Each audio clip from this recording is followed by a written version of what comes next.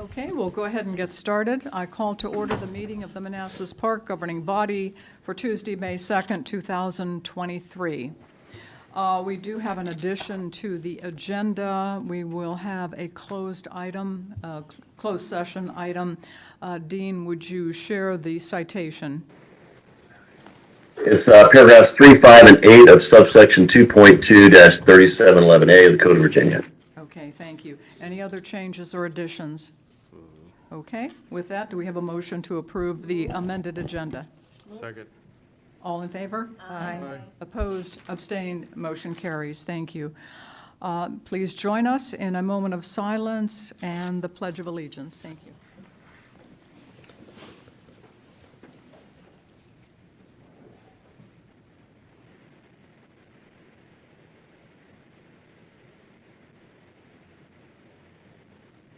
I pledge allegiance to the flag of the United States of America and to the republic for which it stands, one nation, under God, indivisible, with liberty and justice for all. Okay. No public hearing, no recognitions. Moving on to information, we have Celebrating Freedom event schedule.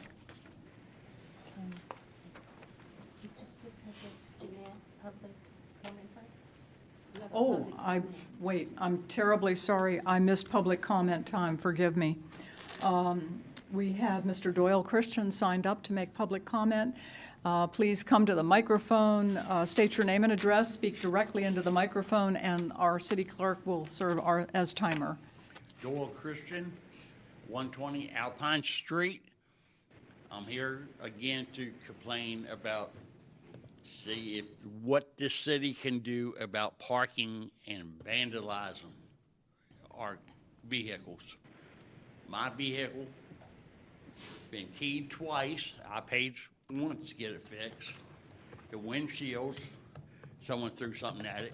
My wife's car been keyed. My daughter's car, her boyfriend, a neighbor up the street, that is only a certain area they will vandalize because they don't want nobody parking. And it's the people who are renting rooms down there. And I say we need to do something, because I'm going to show you what it has cost. It's cost me. As my insurance said, it's every time you put a claim in, no matter if it's your fault or nobody's fault. That's a deep guy. And like this weekend, we had to park 7 houses up to park in front of my house. Because my house lives on, I'm on the hillside. And I can't put a driveway in. And something needs to be done. And I don't know, there's more police patrol, because the only time I see them is if they're on a call. That's the only time. Fauquier County, I said before, every officer, you got an area. If you're not on a call, you will patrol the street. I don't know what any recommendations y'all have, but it's costing me money. And as everybody else, they don't want to throw good money away. Excuse me, I'm sorry. Yeah. So, my thing is, but your police needs to patrol it. I called the first time it got vandalized. They sat down on the street. Ain't nobody going to come down there when you see a police cruiser. But cruising the streets, don't know what time or day, you might be able to catch them. And I told the officer and I told y'all, if I ever catch them, pity on their ass. I will go to jail for a day for assault and battery. That's me. I just handle stuff myself. So. Okay, thank you. Thank you. Thank you for your comments. Laszlo, do you have any? I don't. Okay. Thank you. Does anyone else have any public comments? No? Anyone else who is not signed up but who would still like to make public comment? Seeing no one and hearing no one, we will move on to information celebrating freedom.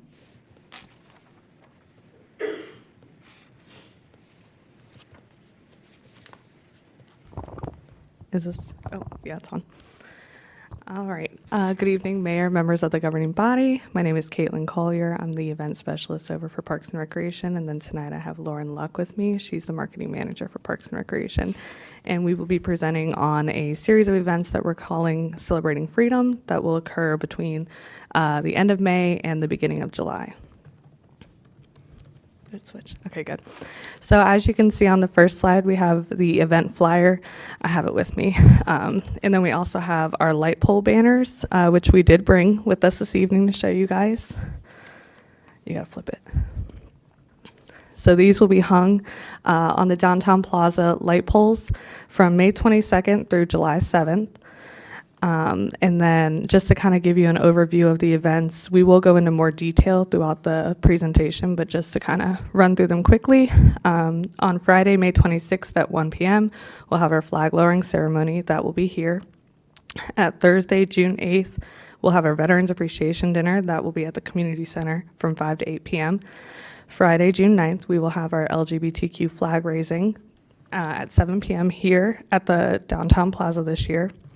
June 16th, we'll have two events that day. So one will be a flower laying at the cemetery, and then the other one will be a Juneteenth celebration here from 6 to 8 p.m. And then we'll finish it out with the July 1st celebration, which will be over at Signal Hill Park for the fireworks. I'll let Lauren kind of do this one. She's our social media girl, so. Good evening. Okay, so for our social media calendar, for the lead up, we're going to start teasing Celebrating Freedom flyer, which we have right here. Did I just change this? Okay. Which we have right here. So we'll start, this will be first on social media. We will then start to ask the Manassas Park residents for veterans, for pictures of when they were on duty for our veteran meal reel, which Caitlin said will be on June 9th at the community center. And then we'll also ask residents for veterans that they would like to highlight that we would use throughout the months. The week of 5/22, we will highlight and share pictures and the significance of the downtown banners. And then we will also share the RSVP link for the veterans meal at the Manassas Park Community Center. On Friday, 5/26, we will stream the flag lowering ceremony, and we'll also share the library's collage post, which will be veteran-themed. The week of 5/29, we will share the Manassas Park Community Center's 1776 military discount. And then again, we will highlight Manassas Park veterans and share the library craft and create post. And then we'll share info on the veterans meal, which takes place on June 9th. The week of June 5th, we will share info on the veterans meal at MPCC. We will also continue to highlight veterans. We will reshare pictures from the meal and then share the video from the veterans meal from June 9th. The week of June 12th, we will share the video from the veterans meal, and we will highlight LGBTQ veterans since June is Pride Month. The week of June 19th, we will share the library and Parks and Rec Juneteenth posts. The library will be having an author reading, and then we will also be laying flowers on the graves at Naylor Cemetery. And then we will also share, pictures from the Juneteenth event that will be down here at the plaza. And then we'll also highlight African American Manassas Park veterans in honor of Juneteenth. The week of June 26th, we will tease the July 1st flyer and tease how we're going to do hot dogs for vets. And then we'll highlight city staff veterans and share the library craft and create post. And then to wrap it all up, we will share pictures from July 1st celebration, and then we will thank our veterans. Okay, so just a little bit more information for each of the events. So up first, we have the flag lowering. That one will be on May 26th at 1 p.m. here on the plaza. We'll have some light refreshments. We'll invite governing body, city residents, veterans, organizations, anybody who would like to speak on the importance of Memorial Day is more than welcome to come. We'll lower it that day, and then it'll come back up on May 30th. And then our Veterans Appreciation Dinner. So this will be June 8th from 5 to 8 at the community center. Essentially, we're looking to hold 125 Manassas Park veterans for a fully catered dinner, and then invite city staff to speak, invite governing body members, and then we have graciously been given the honor guard by the Manassas Park Fire Department. They would like to come to that event, and then, as she said, display the veteran pictures, just as another form of thanking and recognition for the meal. And then Juneteenth.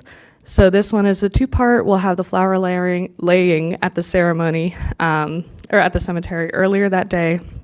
And then we'll invite everybody to come back over here from 6 to 8, invite governing body, the Naylor family, city staff, anybody who would like to come and just recognize and talk about the importance of the Juneteenth holiday.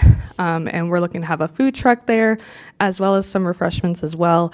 And then we will be having our own kind of in-house, he's an employee, his name's Todd Sproul. His art has been featured quite a bit throughout Black History Month, and he'll be doing an art exhibit, as well as creating custom pieces to give to the Naylor family as well. And then to wrap it all up, we'll have our July 1st, essentially a complimentary meal for military members, veterans, and their families. All they have to do is come, show their military ID, and they get a free hot dog, chips, and drink, and then they can join in on the fireworks. So just our final thank you and appreciation for them. And that's all. If you have any questions. Oh, that was great. That's shaping up to be a wonderful month. Yeah. Comments or It's questions? very busy. Yes, ma'am. Regarding the pictures for the veterans, Yes.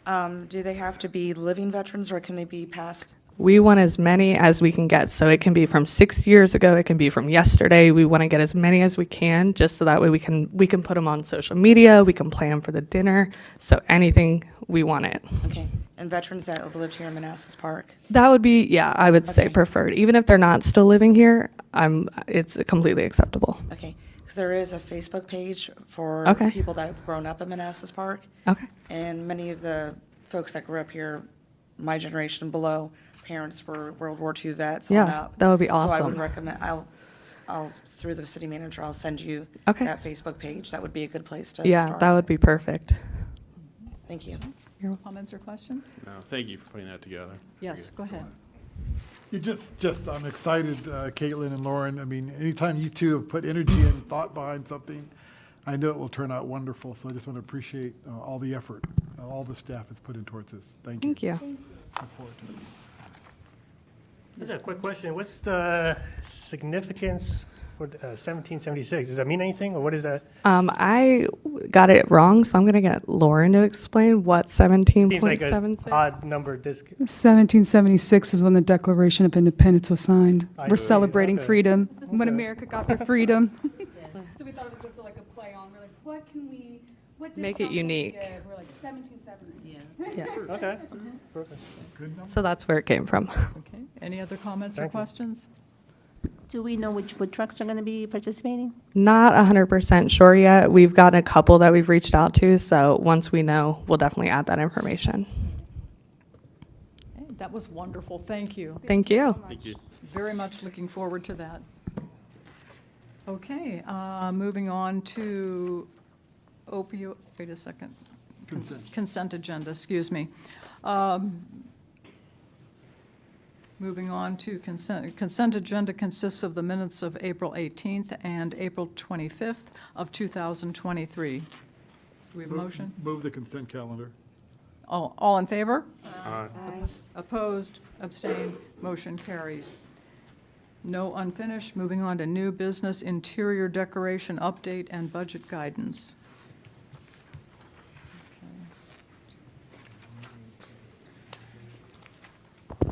Okay, good evening, Mayor, Vice Mayor, members of governing body.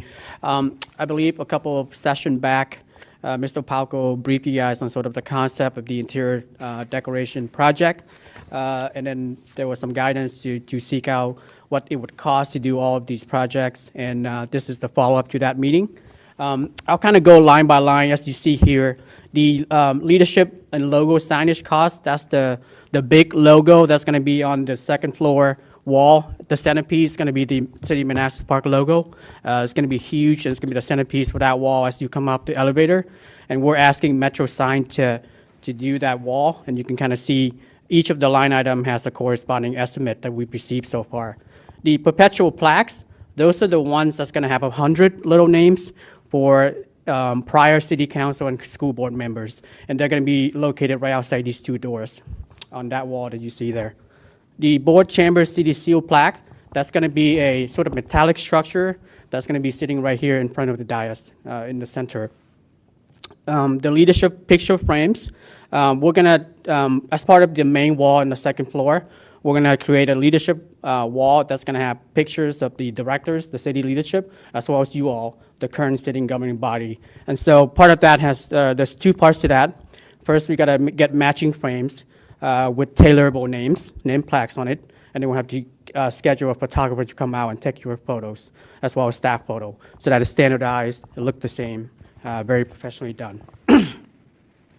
So I mentioned the leadership and staff photos. We're talking with a vendor named Eddie Avenue. He's a Manassas Park local. He does some great work, and he gave us an estimate of about $640 for that.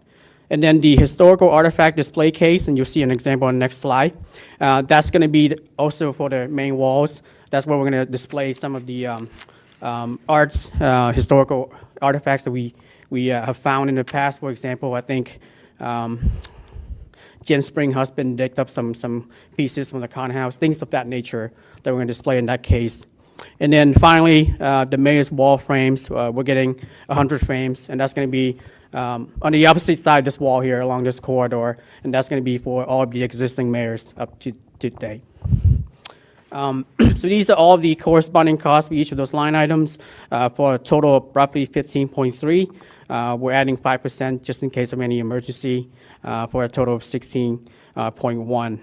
And then, like I mentioned, this is sort of an example of the frames that we're seeking to get, as well as the display case. I do want to make one note, which is this is not budgeted in the fiscal year 23. So if you are in consensus, we'll have to ask for it in the fiscal year 24 budget. So any questions? Comments or questions? The $640 for the photos is actually a very, very good price. Yes, ma'am. And once we take the photos, you'll actually get a digital print as well. So. Nice. Yeah. I'm not sure I heard you correctly. Did you say that the display case was included in the price? Yes, it's quoted there for $4,000. Okay, okay, thank you. Comments or questions? Yes. Yeah, since we're on this topic, I don't know, I guess you can call it a display case that hang on the wall.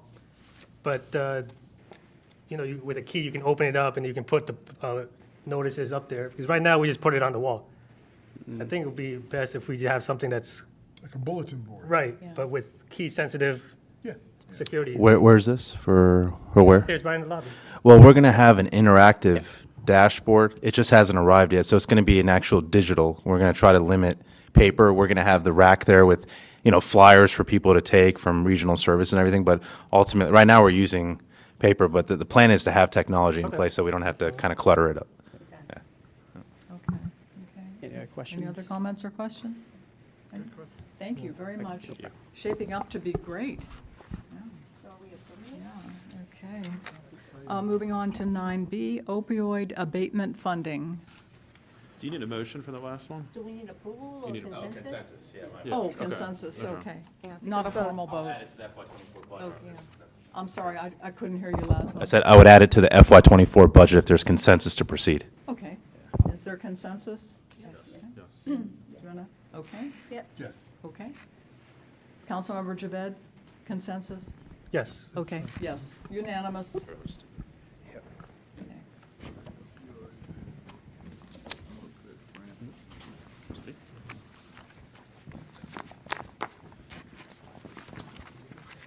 Welcome, Francis. Francis, don't use that. Just use the mic there. He said it's working. Can you hear me? Just don't use it. Use the mic there.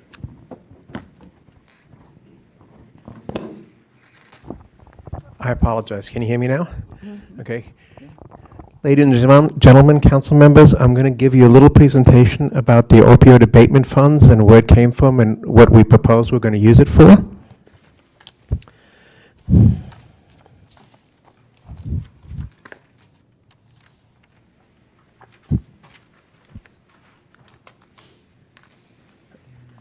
Okay, it's changing up there, but not changing on my screen, but that's okay. So basically, the background, there was a lawsuit, national lawsuit that was consolidated, and every state signed on to it. And there was a opioid settlement. And of that opioid settlement, the Virginia signed a allocation memorandum of understanding with all the cities and counties, including the city of Manassas Park. Of that, the General Assembly passed a statute mirroring that MOU, and then set up in 2021 an Opioid Abatement Authority, OAA, that is now in effect and running. And basically, even though it was set up in 2021, it actually went into operation at the end of last year. They've had a number of meetings, some of which I've attended, virtual in Richmond and things about what to do with the money. And basically, one of the key things to remember is only cities, counties, and state agencies can get these funds. That doesn't mean we can't use the funds with a partner, like the schools or somebody else, but they cannot apply for the funds. Only we can apply for the funds. So this shows how the funds are broken up. As you can see, 15% went to the Commonwealth. Cities and counties get 30% direct share. Direct share means the money is coming directly to us, not through the Commonwealth. And then 55% go to the OAA. Of that 55%, 15% is allocated to the cities and counties.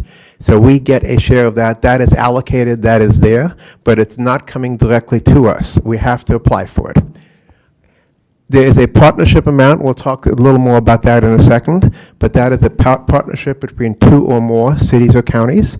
So for example, us in the city of Manassas, or us in Prince William County, or anybody else can apply for those funds. That is a competitive event, so it doesn't mean we will get it, but we can apply for it. State agencies get 15%, and then the OAA has 35% that's unrestricted. They're using that 35% to give us a bonus. They call it the gold standard, and we're going to talk about that in a minute. So this is the money that we, of the existing settlement, and I underline the word existing, this is what is expected. So the fiscal year 22 and 23 we have already received. So you can see the distributors have paid a certain amount, Janssen has paid a certain amount, Mallinckrodt has paid a certain amount. This line here, it still has not been determined by the courts exactly how much we're going to get. We can apply for from the OAA for this additional funds. That's the money that's earmarked for us. That's not the partnership, but that's earmarked for us. And then if we follow certain gold standards, and I'll get into that in a minute, we can get an additional 25% incentive.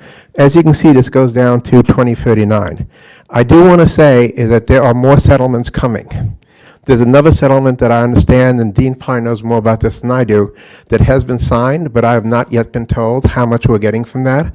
I have been told it's approximately 75 to 80% of this amount. So it's another $150,000, $140,000 over the life of the settlement, and then potentially more settlements coming down. So this is not the final figure. This is what we know of as of today.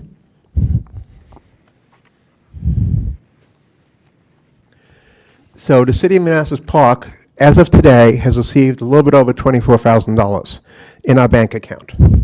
We can apply from the opioid abatement funds, but it must be used for abatement efforts, and that's important. So I've had a number of conversations, phone calls with the OAA about exactly what abatement means. And I think I have a pretty good idea at this point. It has to be evidence-based, or evidence-informed. That is also key. What that means is that, for example, even though I know a lot about opioids and I know a lot about abatement and stuff, I could not get up in front of a group and get paid because I have no evidence that I know what I'm talking about.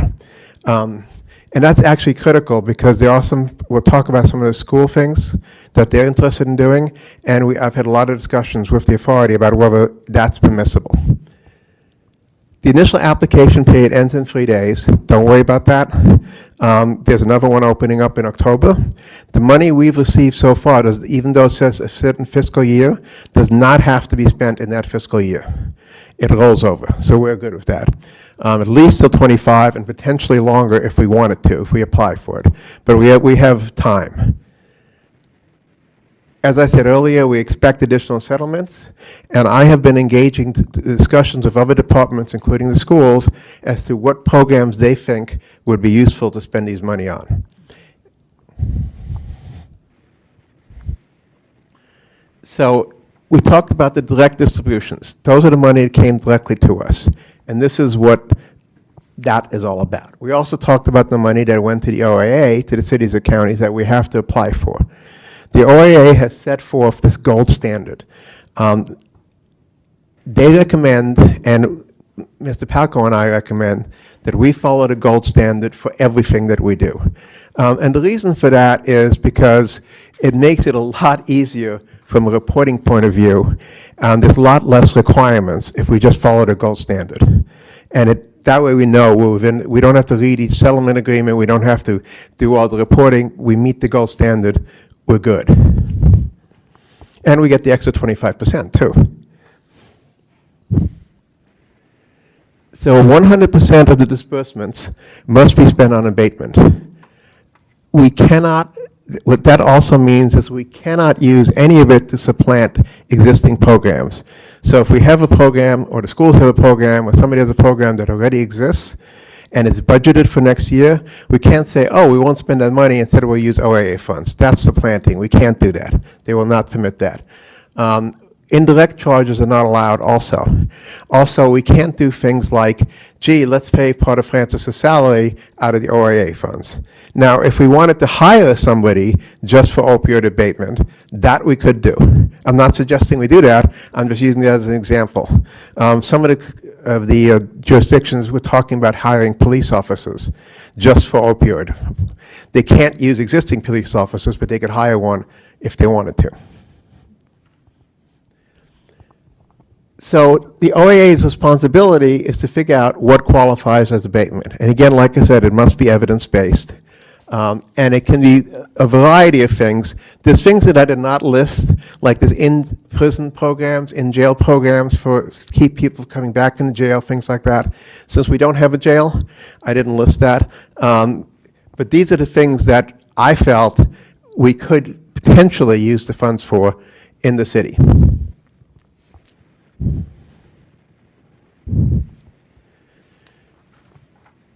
Again, as I said, they suggest, and I certainly highly recommend, that we adopt the gold standard. That's the first line. That makes sure that we stay in compliance with the settlement requirements for the entire years of the settlement. It makes the accounting much easier.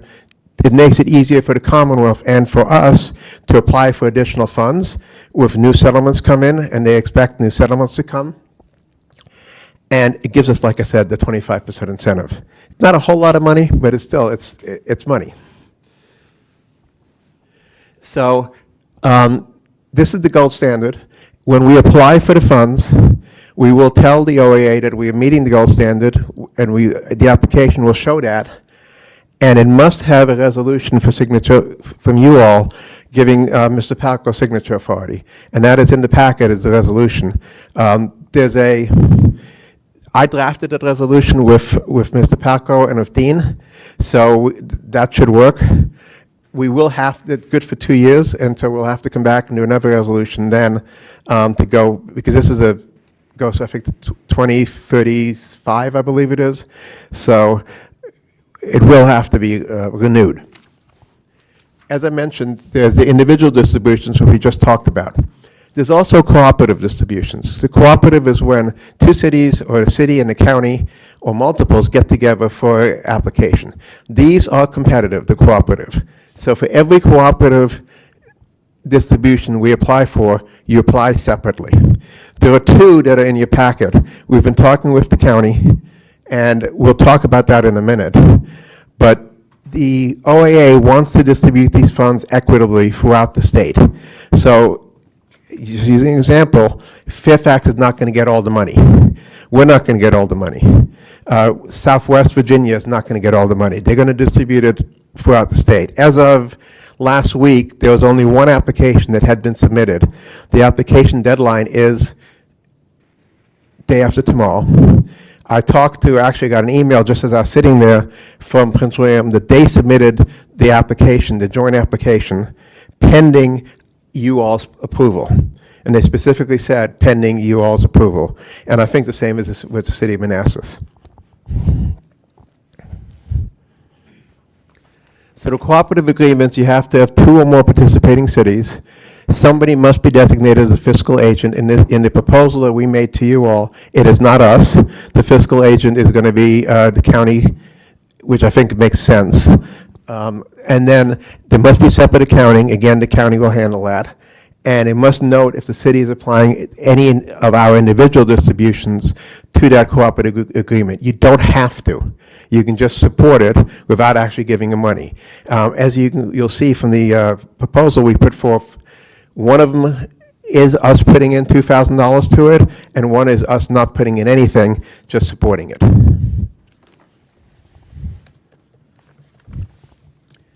So our responsibility, your responsibility, is to determine the use of these funds, to make sure that we are using it appropriately, meaning it meets the requirements of the law, having a resolution for the signature authority, agreeing to remain in compliance, have a performance measure, and then do yearly reporting to the OAA, which we will do. So the 2 cooperative agreements that we've suggested in the packet, one is to help the county hire an opioid coordinator. This would be someone who coordinates all abatement operations, including data reporting for all 3 of the jurisdictions, us, the city of Manassas, and the county. We would also have another one that helps the county CSB establish and fund a peer recovery pipeline program. For the first one, for the opioid coordinator, we would be putting in $2,000. For the second one, we would not. Just to clarify, Francis, that for the county, they submitted those first 2 bullets as one. For the bottom one, that's the one we're not putting money towards.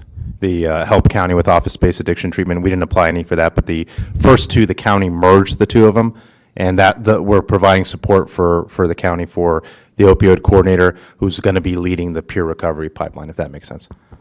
And the idea is that they would coordinate for us too. So they would provide us with data reporting on opioid overdoses and things like that, and make suggestions on how, what programs exist out there that we could help fund or we could fund ourselves to assist with the opioid program. I'm not going to say take care of it because it's not that easy, but to assist with it. We have also been talking with Manassas Park Schools about possible initiatives, one of which is purchasing an opioid information abatement software that they're looking at. I don't know a whole lot about it yet. I'm still talking to them about it. The other is doing regular speaker events for parents and students. They apparently have a speaker who is an FBI agent who has done this regionally and actually nationally, and they've used them before, and they do like a little pizza dinner where the students and the parents can come and learn about opioid addiction, parents can learn about what to look for if there's, in the home, what to do if they see anything that might indicate some sort of potential opioid addiction, things like that. This is one of the areas I did contact the Opioid Abatement Authority, because it wasn't clear if this speaker, though regionally and nationally known, whether it met the requirement that there be statistics and things like that. So we went back and forth with the authority, and it turns out that it does. So if the schools decide to pursue that and we decide to help fund that, we can, and it meets the Opioid Abatement Authority requirements, including the gold standard. We also talked about funding community service, opioid abatement, public outreach, whether it's handouts, library events. I've already talked to the library. They're all for it, and we're thinking about different ways to do, including things like providing for the community Narcan training, which is called Revive. I'm actually a Revive instructor, but we do regular trainings both in English and Spanish. Support for the MAP clinic. I'm actually having a discussion with the MAP clinic on Thursday about some ideas that they're having to see, to try to flesh them out a little bit more. And basically, I've talked to all the different departments in the city saying, if you have any ideas, and all of you also, if you have any thoughts or ideas of how we can help the citizens, how we can help our people either overcome opioid addictions or prevent them from getting addicted to begin with, that is what this money is for. And that is what we'd like to use the funds for. And just to add also, the MAP clinic, the George Mason is looking to partner with the county and the cities for this peer recovery pipeline and providing some additional support for that. So we're excited about that. So yeah, so I'm not an expert on opioids, though I'm certainly becoming one, I think.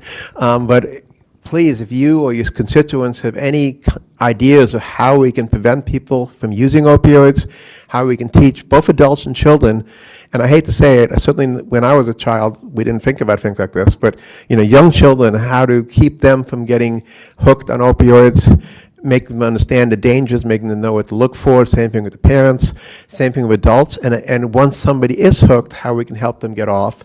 That's what this program is all about, and that's what we're looking for. Does anybody have any questions? Thank you, Francis. That was excellent. A lot of terrific information. Actually, I have two questions. My first question is, on page 6, I see the word recommend used regarding the gold standard of record keeping. So if the financial assistance is approved, will the legally binding agreement require the 3 localities to implement the gold standard? Yes.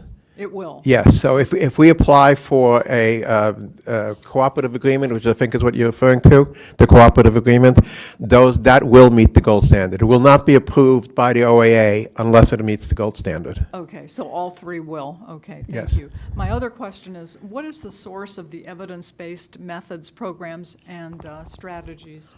That is a very good question, and I don't have a very good answer for it. And the reason I say that is because, for example, I'll use this FBI agent. It was not clear to me whether his program was evidence-based.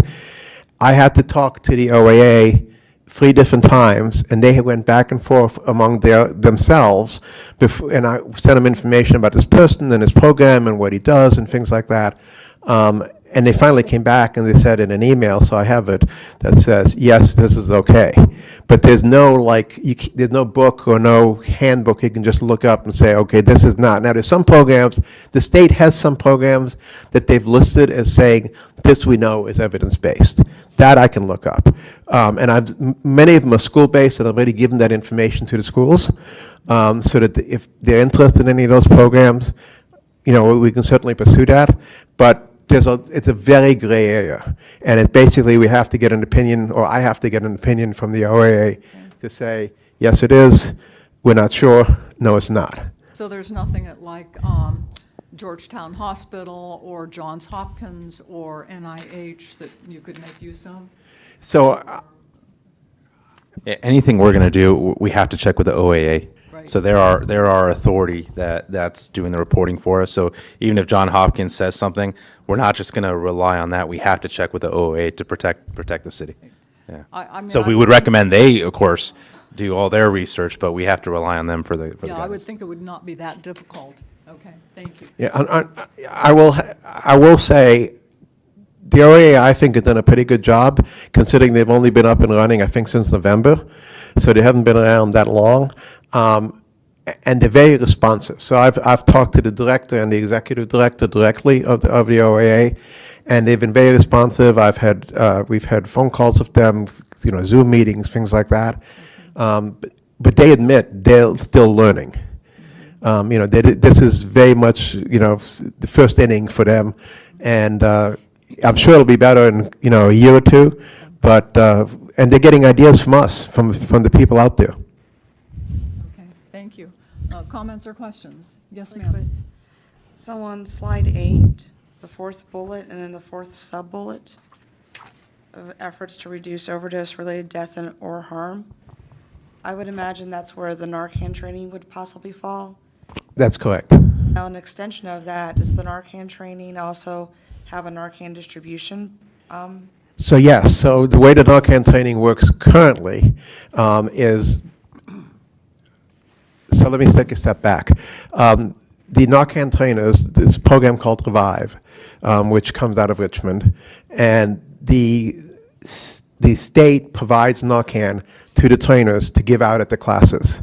Now, I know when I was, before COVID, when I was teaching it a lot, we actually gave it out to, at the class, individually, let's say to you. Now, they're actually doing some classes remotely by Zoom or whatever, and they're giving it out by mail. So they're mailing it to the participants. There's other, I just came back from a conference, from an HO conference in Atlanta last week, and one of the things I saw there, which I haven't discussed yet with anybody, but for example, you can actually now think of a Coke machine, but the dispenser's Narcan. And you can put it anywhere. You could put it on the street corner, you can put it, in the community center, you could put it wherever you want, and people who can get it without putting the names in, if you don't want to capture the names, because people are not going to necessarily put their names in for something like Narcan. And that's a program that the public health planners in the region are looking at right now. Mostly because I told them about it this morning at the conference, and I just got the information. But so Narcan is going to be readily available. It's also, I don't know if you're aware, but starting this summer, it's going to be available over the counter. The FDA has approved it as an over-the-counter drug. We don't know the exact cost. I heard at the Nature Conference that they're expecting something in the $50 to $60 range for a 2-pack of Narcan, over the counter. No prescription, no names, no nothing. But it would be somebody has to buy it. Right, And yes, the funds can be used to buy Narcan. okay. I was just thinking in light of, I know Councilmember Carrera has spoken many times about Narcan and what we've seen on the news, and in light of some recent events here in the park, perhaps that's an area that we might want to pursue. I would certainly support that. Yeah, I have 2 questions for you. So is this settlement part of the one with the, with Purdue and the Sackler family? Is this the one settlement? Is this the settlement? I don't know the source of this settlement, yeah. Yeah, this settlement is the distributors, like Mallinckrodt and the opioid distributors. There was another settlement that just occurred that I don't know how much we're getting from. That's like the CVS's and the Walgreens and Yeah, of the world. there's a $6 billion one with, I think it was with Purdue and the Sackler family. Yeah, that I don't know. But the second one, the CVS and the Walmarts and things like that, is in the hundreds of millions of dollars.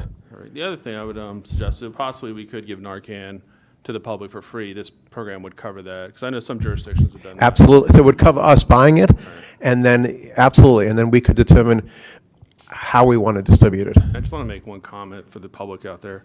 Narcan many years ago was only $20, but since it became an issue, the company raised it to $400 because it get grants from the federal government, and that's just a crime in itself. And now there's Mike, can you please repeat that? Narcan. I just want to tell the public this. Narcan, when it first came out, was only $20 to $25 per a pack of, I believe, 2. And That's when this correct. became an issue, the company that makes Narcan, that has the patent on it, raised it to $400 to $500 per Narcan, because the federal government grants it out, and that in itself is a crime that company does that. But, hopefully we can get something and provide it to the community as well. Thank you. Yeah, I did want to just, you're absolutely correct to what you said. I wanted to clarify just for the community that the Narcan we're talking about here is the nasal Narcan. It's a nasal spray, because there's different forms of Narcan. There's injectable, there's IV, there's like an EpiPen, things like that. But what we're talking about for the public is the nasal Narcan. It's a nasal spray. Okay, comments or questions? Yes, sir. First of all, thank you very much, Francis, for Thank the you. presentation. 2 questions. One is continue the question about Narcan, and Councilmember Hampton and Carrera. I'm still curious as to how it's currently distributed in our city. Is it in our fire department? I'm sure it is, in their trucks. Is it in our schools? Narcan, we're talking about now. How is Narcan currently distributed in our cities? Well, I'll let the fire department. So so it's not, I don't think we have an active distribution program where our fire department and police department are trained to use it. So when they respond, they use it. But right now, we don't have a distribution, but that's something we can look into with this They do have it in program. their trucks and they have it in Yes, their cars. yes. What Yeah. about our school district? Do they have it? I don't know about the school districts. I'd have to check with that. Yeah, I'd like to know that Okay. as our health person. I mean, You our know, schools should have absolutely, I it. can check. I don't, I'm sure all of you have heard that Arlington, which is really in the forefront of Narcan in school, has stated that they are now going to let their students carry Narcan in school. I believe as of this month, though please don't quote me on that. And they're ahead of all the school districts in the region that I know of, but I will check with the schools tomorrow, and I'll let Mr. Palco know, and he can pass it on to you all. Fantastic. Do you Thank you have about a that, Francis. follow-up? I do have another question. go On slide 13, there was a bullet point there about measured performance. And first of all, I'm glad that that's part of that. I mean, oftentimes we create projects, and not us, but society creates projects, but they don't measure the outcomes of those projects. So I'm assuming that everything that we create will have measurable, quantifiable measuring points that we can determine whether it's successful or not successful. Is that my understanding? That's correct. It's obviously going to depend on what the program is. So if it's giving out Narcan, the measure is going to be how much Narcan, how many units of Narcan do you give out? Because there's nothing else. We don't know what happens to the Narcan after it's been used. There's nobody tracking how many of that has been actually given to anybody. That statistics does not exist. If you're talking about giving classes, like the schools, how many people attended, so there will be some measures, but it is going to depend on the type of program that we're doing. And before those measurable performance measures, they go and reviewed by whom? The board, or by this body, the governing body? Well, we Who would actually- report to you, Okay. and it also would have to get reported to the OAA in Richmond as part of the annual reporting to them. I It's mean, just to add, so when when Community Services does their quarterly reporting, we're hoping to give you guys more of a summary, what's been spent, what are the programs. But that's why we partner with the county also for the opioid coordinator, because they're going to be able to consolidate all the data across, every source about how effective the three jurisdictions are in our efforts in the specific issue. And we're going to do our best as well for our specific programs, but really, we're going to rely a lot on the CSB and the MAP clinic to assist us with this as well. Yeah, that's the CSB's mission. We pay for them over $1.3 million of taxpayer money for them to manage this kind of stuff for us. So Francis is a liaison with them, but we're really going to rely on their expertise and that opioid coordinator to help us out with this. And so we'll get the information on a quarterly basis. the measure. there's no information to give yet, but when there is, yes. And will we sit on this, if we get the funding for the county and for Manassas to hire this coordinator, will we sit on the hiring panel?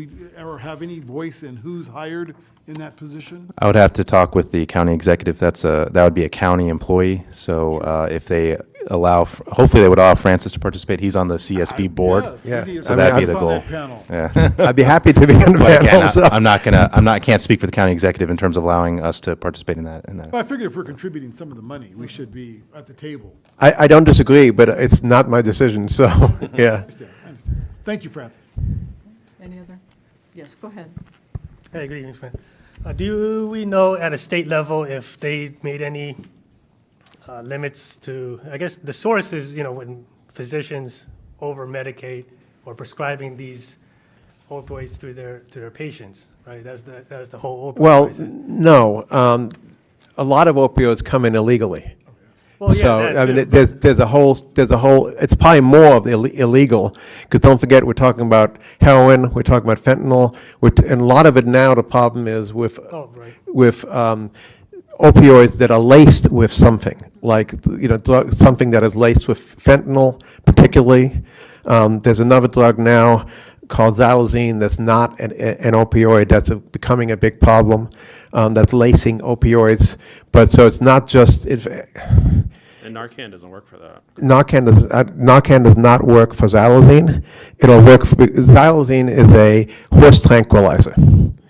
I have horses, so I actually know something about xylazine, but it's a horse tranquilizer, and they're using it to adulterate basically opioids.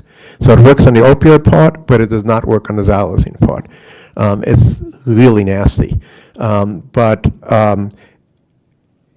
a certain amount of the opioid crisis is from over prescription. I believe that has been reduced because there's limits, federal limits, on how much you can prescribe. You can't just go say, here's 100 pills of codeine or, oxycodone or whatever and have fun. Those days are gone. In fact, there's an issue with people not being able to get the drugs that they need. But much of it is coming in through either, basically illegal pipelines, both from the north and the south. I guess we answered my follow-up, but the other question, we have the senior population as well. We got focus on them as well because if some of them don't have, might be uninsured, might go through those other routes. And I think having a whole campaign of basically asking our community who's using it or as a prescribed medicine or not prescribed medicine, and maybe delivering a message to them on how to deal with it properly, the use of it. Absolutely, and coming back to what you said about Narcan, in my opinion, anybody who has opioids at home, even if it's prescribed, probably should have Narcan at home, because you might take one by mistake, you take an extra one. Right. I've been on rescue calls like that, where, the person was not an addict, but they had a little more pain today, so they thought they were taking That's extra what I'm one. saying. And, They might not know that they're addicts, right? Right. Because it's a morphine, right? They're getting the Yeah. rush, so they keep taking it thinking it's okay, Yep, right? So it's some type of campaign to say, hey, this. absolutely. Yeah. There's a whole, I think what you're getting at, and correct me if I'm wrong, but the whole, a campaign to understand what opioids are, not just the name, but what they do to you, Right. and why it's important, not, even if you're prescribed to, if they're prescribed to you, to take them as prescribed and not as you feel. And if they're not prescribed to you, why you shouldn't be taking them at all. And also, how do you identify that there is potentially a problem for somebody else in your household? Right. And what do you do if you identify it? Right. I have a question. Do you have the total count of overdoses last year and those that have been fatal? Total count for, Of overdoses last year and the ones. but in the state, In Manassas Park. I know the state, I know they track. on the Manassas Park, I do not right now, I do get it on a quarterly basis. I think it comes, Chief, I think it comes to you also, I believe. But the number for Manassas Park is very small. It was in the low single digits. They're fatal. Just No, the overdoses total was in low single digits. And fatal was down to I think maybe one a year, the whole year. or two. Yeah, it was small, the So when I fatal. was here in 2018, I think I asked for the measure, and we had about average one a month, but they were having at least an average. Of I don't know for between 2018, but yeah. Yeah, there was a time, you're right, a few years ago where we were seeing a lot more. But we'll have to get the data and we'll present it back. Yeah, yeah. So when you're talking about overdose, does that mean DOA? No, overdose is just taking more than you should, and there's like it was mentioned, you have an overdose and then you have a fatal overdose. Okay. Do we have numbers for usage or people that are using it? Can you say that again, please? Do we have numbers for usage? We'll have to ask the CSB if they have any estimates for our city, but we don't have that data. Okay. And, You don't have a general number, how many times you Narcan last year, or general? Yeah, again, we'll Would you say look it's like into 100? it, yeah. Would you say it's like 100 or? No, yeah, we're not going to comment on that until we have the data. Yeah. Okay. And just as a follow-up, so DSS believes that the schools nurses do have Narcan, but we'll follow up directly with the schools as well. Okay. Any other comments or questions? Just one other thing, real quick. We do have, a few schools here that are not public schools. Perhaps we also can extend out to those as well. there is a community of, what do you call it, people that tease their children at home. Yeah. Homeschooled. Sorry. It's been a long day. So there's just, I think we have to reach beyond just our brick and mortar, our public schools as well. And I would actually probably take it a step further. I think we should, not only the schools, but just the general.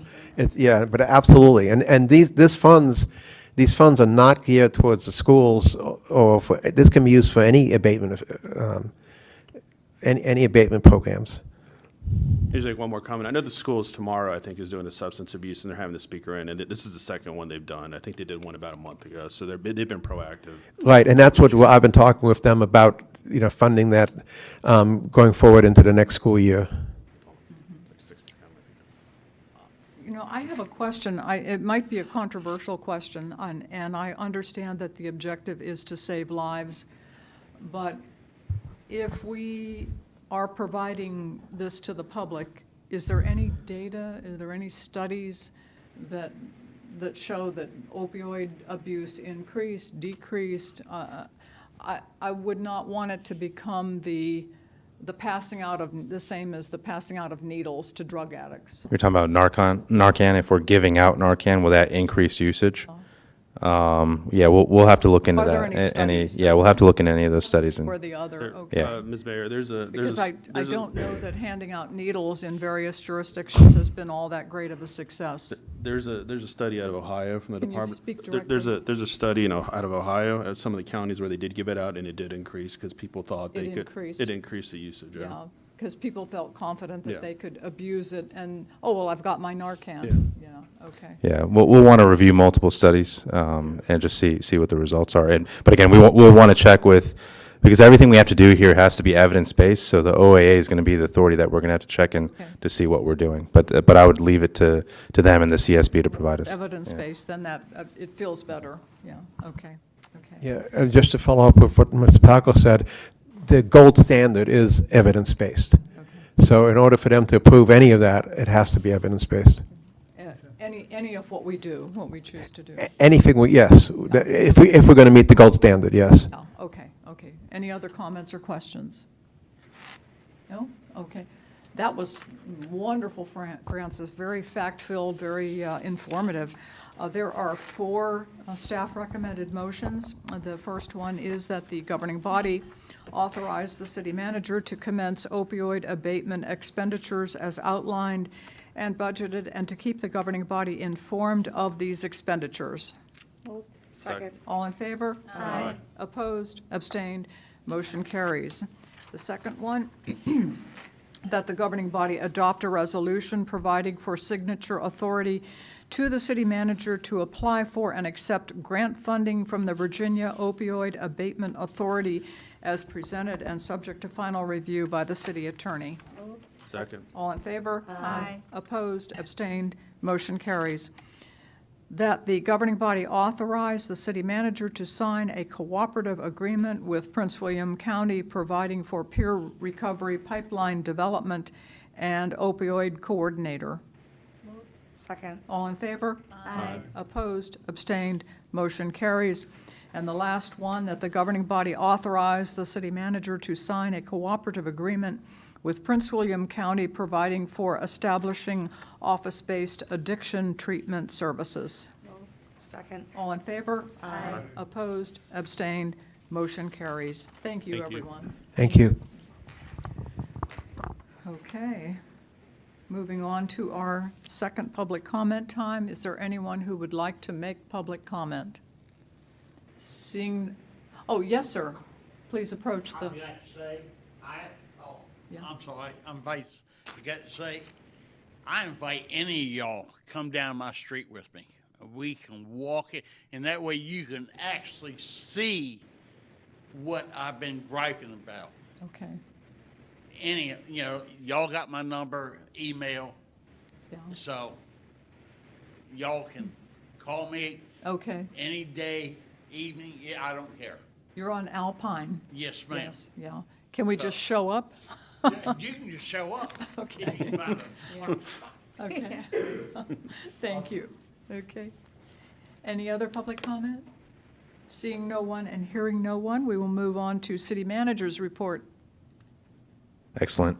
So just to start off with, you can ignore the handout that I gave to you all. I sent you an email about the, yes, you can ignore that. I sent you an email tonight so you can read it. I got clarification on the actual law. I was misreading it, so we have our guidance for, per the code, how we're going to go enforce. So you'll see that email when you check that out. So we'll skip that. So the only thing I really need from you all tonight, I didn't know if I got this or not last meeting, so I just want to, next week, we're going to present to you all the budget numbers, the spending and the tax rates, the not to exceed, along with the school board budget. So I want to see, was there a consensus to move forward with the 6% pay raises and the 2-cent tax reduction, and to bring that model back to next Tuesday? That's all I need to check, and open it up for any discussions that you guys want to have. Consensus or discussion? Consensus? Oh, you want the other option, you said? Option though. Yeah, so it's either 4.4% salary raise versus a 6%, and then a 1.5 cent reduction or a 2 cent reduction in the tax rate. Those were the two scenarios. So the one that I had was the 1.5 cent tax reduction and the 4.4% salary increase, and then we had discussions about increasing the salaries to 6%, and then the tax rate to decrease 2 cents, so a larger tax rate reduction. Choice B, I guess, the second one. The I can't- 6% with a 2%. 6%, 2 cents. 2% 2 reduction. cents. 2 6% cents. and 2 cents. Okay, Yes. okay. Yeah, same here. Same here, okay. 6-2. 6-2. Is that your Same, recommendation? same. Can be funded, so I feel confident still with reserves. We can proceed that way. Okay, Same. okay. It is unanimous. Okay, thank you. Any other discussions you guys want to have of the budget? If not, we can hold it for next week because we're bringing back the budget model. I Okay. won't be here next week. I'll be in San Antonio and then Las Vegas. So Okay. if I'm in Vegas and it goes well, you don't see me again. This is it. Okay. How to press Okay. it for you guys. Well, I mean, I got one quick one, I guess, and then Yeah. we'll do one. You're recommending 2 new vehicles for SRO officers, but my understanding is we have more vehicles than officers at the moment. Why we have that in the budget to purchase 2 more vehicles? Yeah, I'll have to bring back Chief Logo to go over it, but not all the vehicles are specifically patrol vehicles, so the total count of vehicles doesn't represent how many officers, because some of them have other capabilities. But I'll have Chief present But to you all that's next what I'm week. saying, the SRO officers are not patrol, right? What's that? The SRO. No, but they can respond to calls, so they have to have those patrol capabilities. So they will need that. But Okay. we'll go next week over kind of the Okay, inventory that's of fine. vehicles and And I'll send an and email for a officers. reminder. Yeah, thanks. Anybody else? Do you have a follow-up, Councilmember Javed? No, I'll wait for next week. Okay, okay, are we good? I don't think we have any questions, Laszlo. Okay, closed session. Dean, do you want us, read us into closed session? We have to- Sure, I recommend the governing body go into closed meeting to discuss and consider the potential sale of city-owned real property to a prospective business where no previous announcement has been made of that business's interest in locating in the city, and where discussion in an open meeting would adversely affect the bargaining position and negotiating strategy of the city, and to consult with the city attorney regarding contractual requirements for the same pursuant to paragraphs 3, 5, and 8 of subsection 2.2-3711A of the Code of Virginia. Second. All in favor? Aye. Opposed? Abstained? Motion carries. We're in closed session. 5-minute break.